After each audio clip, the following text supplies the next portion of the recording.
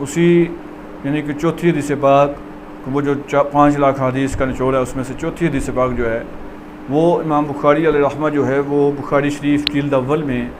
کتاب الایمان باب فضلی من استبرا لدینہ، وہ شخص کے اس شخص کی فضیلت کے بارے میں کہ جو اس نے اپنے دین کو محفوظ کر لیا، اس کے تحت جو ہے وہ حدیث پاک لے کے آئے ہیں امام بخاری علیہ رحمہ۔ اور یہ حضرت نعمان بن بشیر رضی اللہ تعالیٰ عنہ سے مروی ہے، یقول، وہ کہتے ہیں سمیعت رسول اللہ صلی اللہ علیہ وسلم کہ نبی علیہ السلام سے میں نے سنا، یقول، آپ نے فرما رہے تھے،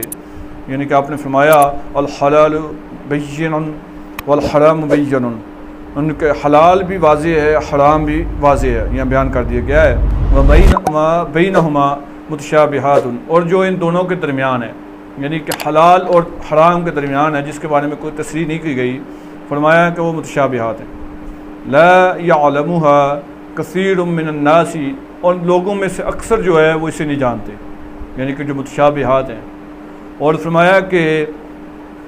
ومن اللہ ومن اتقى من المشبہات، اور جو کوئی بچا مشابہ چیزوں سے، متشابہات سے بچا، تو استبرا لدینہ،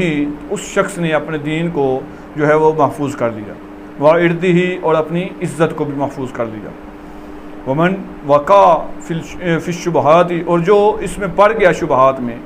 تو فرمایا کہ کراعن، تو وہ اس کی مثال جو ہے وہ اس چرواہے کی سی ہے، یرعا،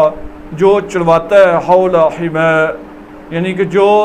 چراگاہ کے ارد گرد جو ہے وہ اپنے جانوروں کو چراتا ہے، یوشک ان یواقعہ، تو وہ یعنی کہ شک ہوتا ہے کہ وہ کہیں اس میں پاڑی نہ جائیں، تو الا وان لکل ملک حما، اور کہتے ہیں کہ ہر بادشاہ کے لیے ایک چراگاہ ہوتی ہے، تو فرمایا کہ الا ان حم اللہ فی ارضہ محارمہ، تو اسی طرح اللہ رب العزت کی چراگاہ جو ہے وہ اس کی حرام کردہ چیزیں ہیں۔ اور فرمایا کہ الا وان فی الجسد مضغۃ اذا صلحت صلح الجسد کلہ، کہ جب وہ ایک بندے کا جسم ایک لوتھڑا ہے، کہ جب وہ لوتھڑا ٹھیک ہو جاتا ہے تو بندے کا جسم ٹھیک ہو جاتا ہے، وَإِذَا فَسُدَتْ فَسُدَ الْجَسَدُ كُلُّهُ،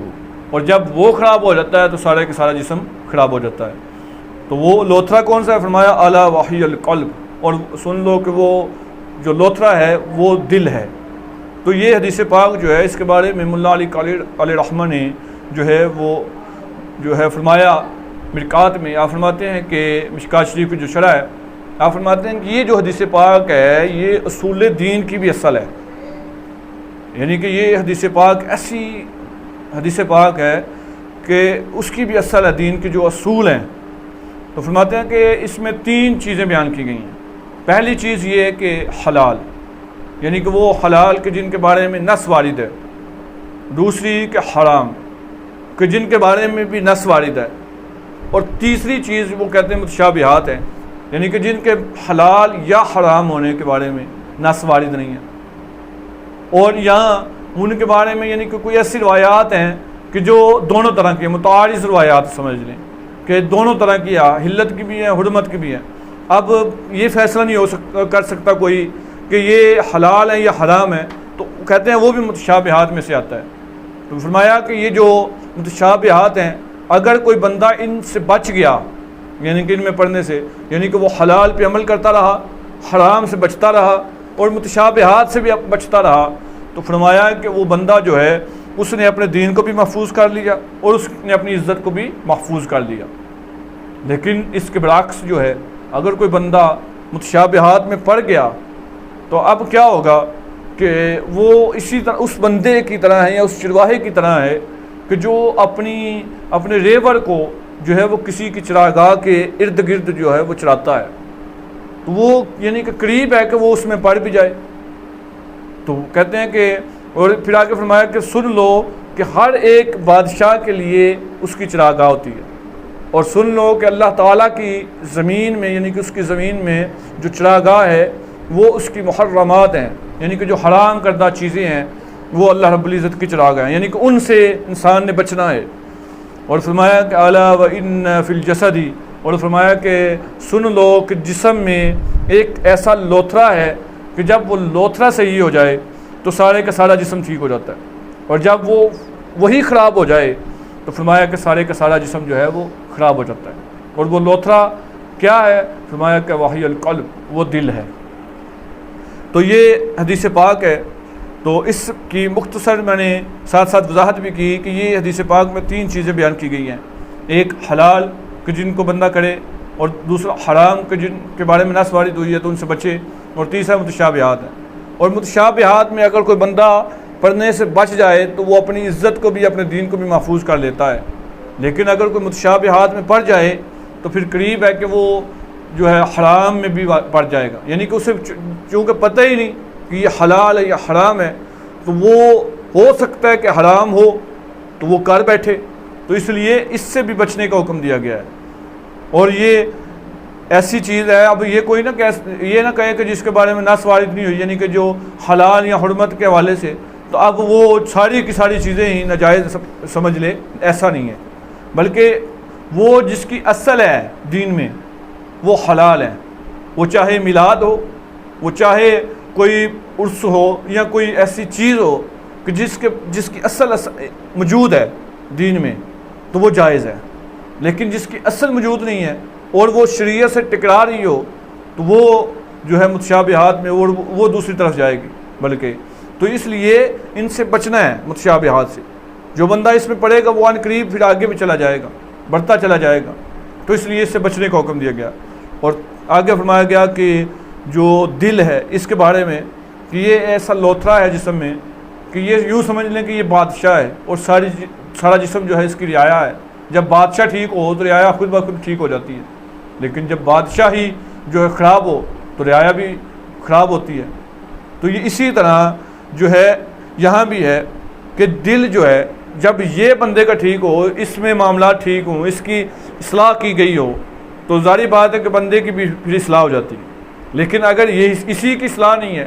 کیونکہ نفس جو ہے وہ خیالات جو ہے یا جو بھی کرتا ہے وہ پہلے یہاں پہ ڈالتا ہے دل میں، پھر آگے بندہ عمل کرتا ہے۔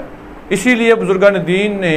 اس کی طرف بڑی توجہ دی ہے، بلکہ بزرگان دین یہاں تک فرماتے ہیں کہ یہ جو ہے دل جو ہے اس کو اپنے کاموں میں، یعنی کہ جو فرائض ہیں، واجبات ہیں، مستحبات ہیں، سنتیں ہیں، ان میں لگائے رکھو، کیونکہ اگر یہ یعنی کہ دوسری چیزوں میں لگ گیا، یعنی کہ مکروہ تنزیہی، مکروہ تحریمی میں یا اس طرح، تو یہ پھر آگے بڑھتا چلا جائے گا۔ یعنی کہ بعض اوقات بندے کا دل ہوتا ہے او یہ مکروہ تنزیہی تو ہے تو کچھ نہیں ہوتا، حالانکہ جب بندہ اس میں پڑے گا نا پھر یہ آگے اسے لے کے جائے گا، آگے چلتا جائے گا۔ اس لیے بزرگان دین نے بڑی خوبصورت مثال دی، وہ فرماتے ہیں کہ جب بچہ کوئی ضد کرے نا تو اگر اس کی ضد پوری کر دی جائے پہلی مرتبہ